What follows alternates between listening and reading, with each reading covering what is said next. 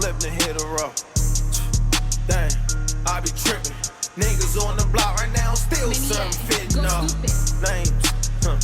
I won't mention. Hit a nigga with some straight drop and blew your pension.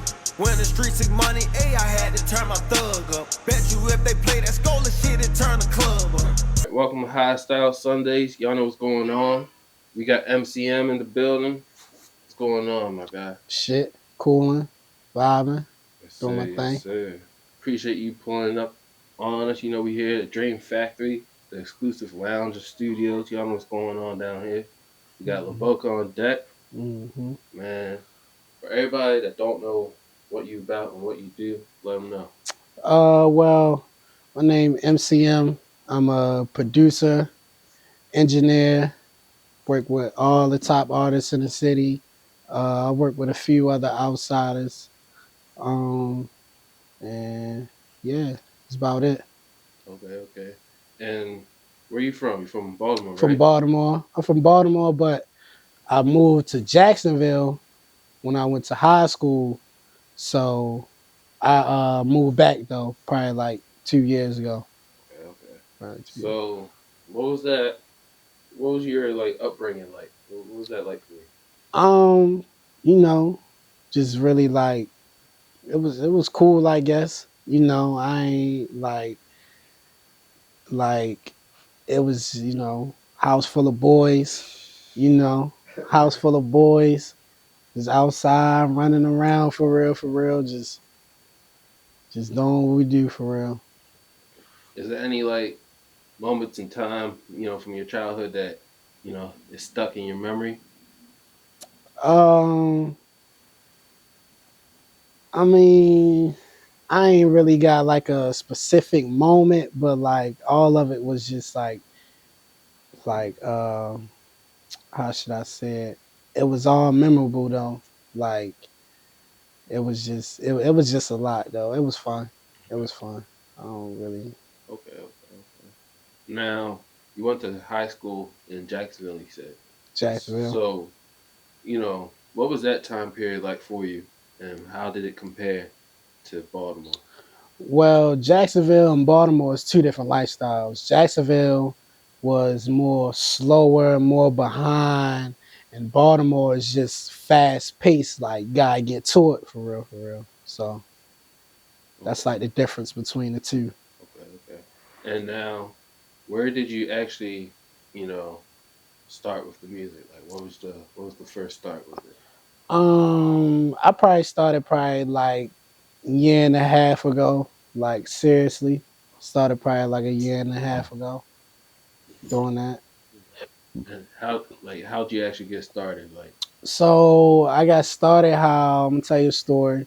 I got started how I knew YBS Scholar manager for real. I was real cool with his manager, and then he used to always like fly out to my house in Jacksonville, and then he bought some equipment down there. So I was just like used to see him do the shit for real, make beats, like record, and then I'd just be like, damn, like kind of want to try this shit. Like the shit look cool for real. So I was like, damn, let me just go ahead and try it. So he'll leave out of town. I start fucking with it a little bit, mess with it a little bit. And then like probably my senior year in high school, probably like a month or two before I graduated, I was like, or matter of fact, this is probably before for real, I even graduated. Like it's probably my senior year. I straight called him like, damn, bro, like this is just what I want to do, bro. Like I'm gonna straight move to Baltimore and I'm gonna come fuck with you, bro. Like I want to really do the music shit, like really give it a shot for real. So now, I probably moved back down here probably like 2 years ago, and just like it just been up since for real. It's just been up since. Okay. So, what was the first actual moment? You know what I mean? Like you're like, damn, like there's some heat. Like I know this the one that's gonna take over, Are you talking about like a song? song wise, or even anything really that Well, really for real, like I just started this shit, but like I knew like so if y'all ain't know, now y'all know I be tripping. I made the beat for real, and engineered it also. I engineered also, but yeah, like when the song, like before we used to send a song out, people used to be like, "Damn, yo, like this one gonna be the one, bro. Like this one right here gonna be cool for real, for real." So, but I ain't never really think too much about it because I'm like, shit, the song ain't even out, so it's like we don't even know for real. But like, soon as the shit dropped for real, and it just like it just went up. It just started going up for real. Okay, Only up okay, from here. okay. And now you work with, a bunch of different artists from, Mm-hmm. you know, Scola to Chaz to Mm-hmm. Boosie, you Mm-hmm. know. So really, I want to talk about like the higher, like the people on a different level. You all know there's different levels, Definitely. you know. So what was it like working for like people like Boosie? Um, I mean, like you asking. Like creating, you know, like what was your part in it? And Oh, yeah. So how the Boosie thing came along was that um, I guess his manager had DM me personally. He DM me personally and was like, "Shit, we need some beats. He about to do a record. He about to do a record." So I'm like, "Shit, the fuck." Like I ain't really think it was like true for real. So uh, of course I checked him out, see what he was about for real, and then I was like, oh wow, he might be for real. So now I probably sent him some beats, and then probably like a week later, something like that. Like I just happened to go on Boosie Instagram and he in the studio doing my beat, and I'm like, oh shit, like oh that's my shit right there, like the fuck. So he straight did the beat, and then next thing you know, it just came out, and I was like, oh damn, like that's pretty cool for real, like. Yeah, I got shit like I got something with Boosie. Like that's cool for real. That's right. cool for real. So, mm-hmm, So now, with you still being new, you mm-hmm. know, into all this, like I want you to explain how you're able to be relevant. You know, how you're able to get your music to these people because there's a lot of producers that's still struggling now. Mm-hmm. You know, that they can't even reach their local town. So Yeah, explain that that's process facts. for you and how you're able to do all that. I mean, honestly, like it's two things for real. For real. I feel like if you're a producer, you should learn how to record because if you know how to record, you can be in a room with any artist, and you got to be good at it for real. And two, it's just about like who know you.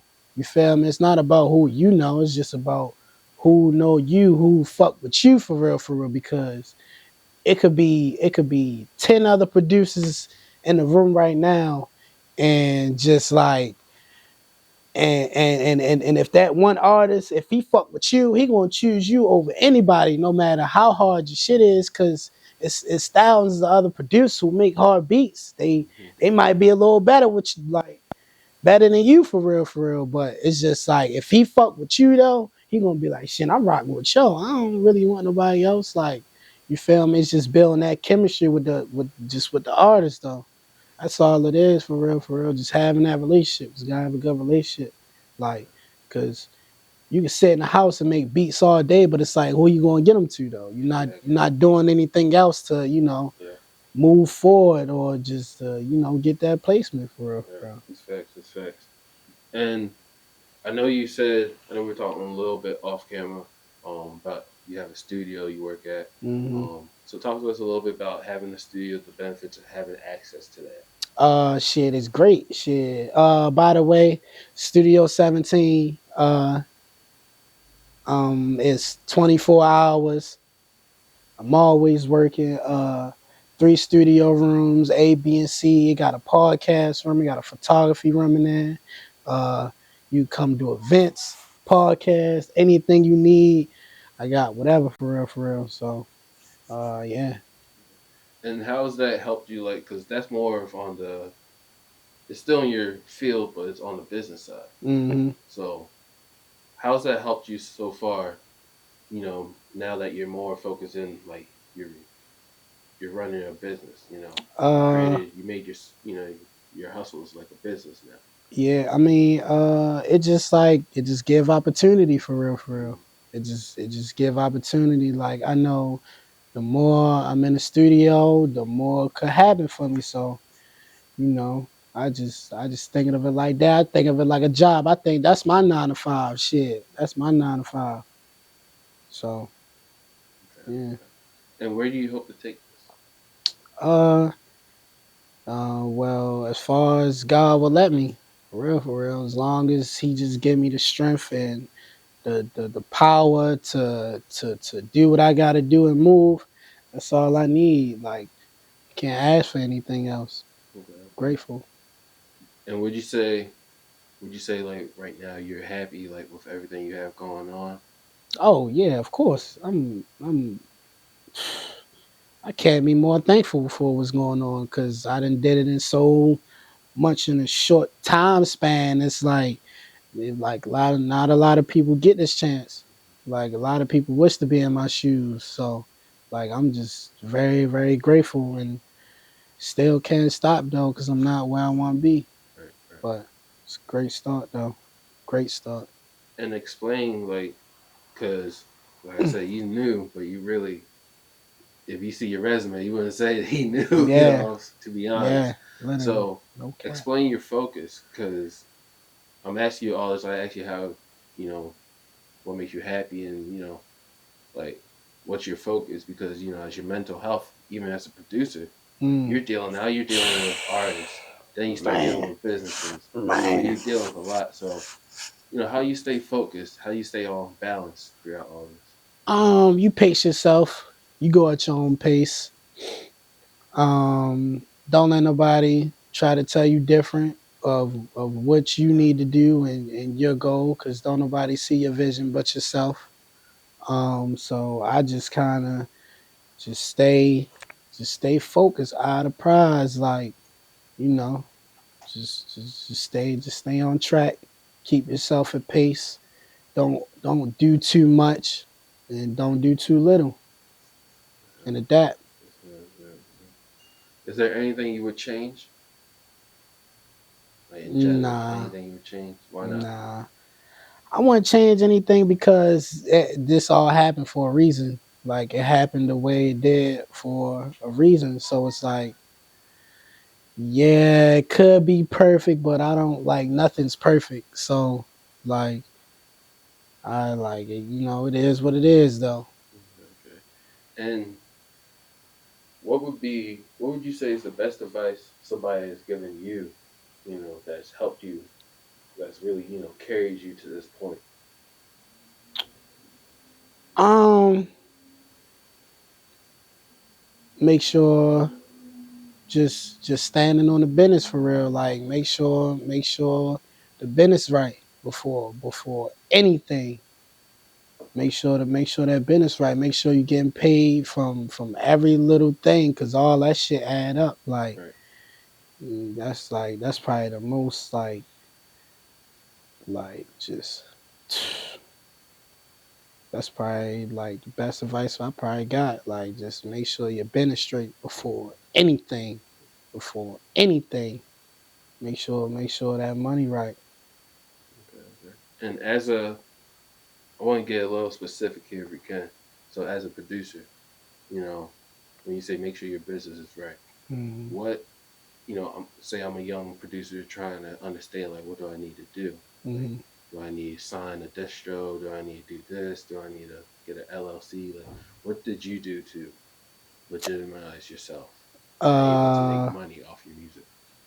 well, first of all, like you can't be scared because I know a lot of producers is scared to tell these artists like, bro, you gotta pay this, like, bro, you gotta do this. Like a lot of producers are scared to do it, and like, or like producers, they'll like they don't like believe in themselves, so like they worth be so low, and it's like.